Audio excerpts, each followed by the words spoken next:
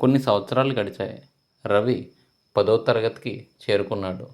ఈసారి జిల్లాలో first rank సాధిస్తే స్కాలర్షిప్ వస్తుంది. అది వస్తే రవికి పట్టణంలో మంచి చదువు సాధ్యమవుతుంది. ఆ కల కోసం రవి రోజు తన శక్తిని మించి కష్టపడుతున్నాడు.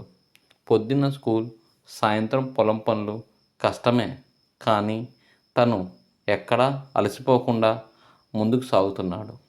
రాత్రి ఊర్లో బస్ స్టాప్ దగ్గర స్ట్రీట్ లైట్ కింద కూర్చొని చదువుకుంటాడు.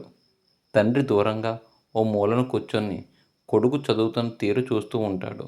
రవి దోమలకి, చలికి, అలసటకి లొంగిపోకుండా పేజీలు తిప్పుతూ ముందుకు సాగుతున్నాడు. అతనికి ఒకటే లక్ష్యం, ఫస్ట్ ర్యాంక్ సాధించి తన తండ్రి కలను ఎలా అయినా నిజం చేయాలని. కానీ పరీక్షల టైం దగ్గర రవికి ఊహించని సమస్య ఎదురవుతుంది. ఆ సమస్య ఏమిటి? తర్వాతి ఎపిసోడ్లో చూద్దాం. మరిన్ని మంచి కథల కోసం లైక్ చేయండి, షేర్ చేయండి మరియు సబ్స్క్రైబ్ చేయండి.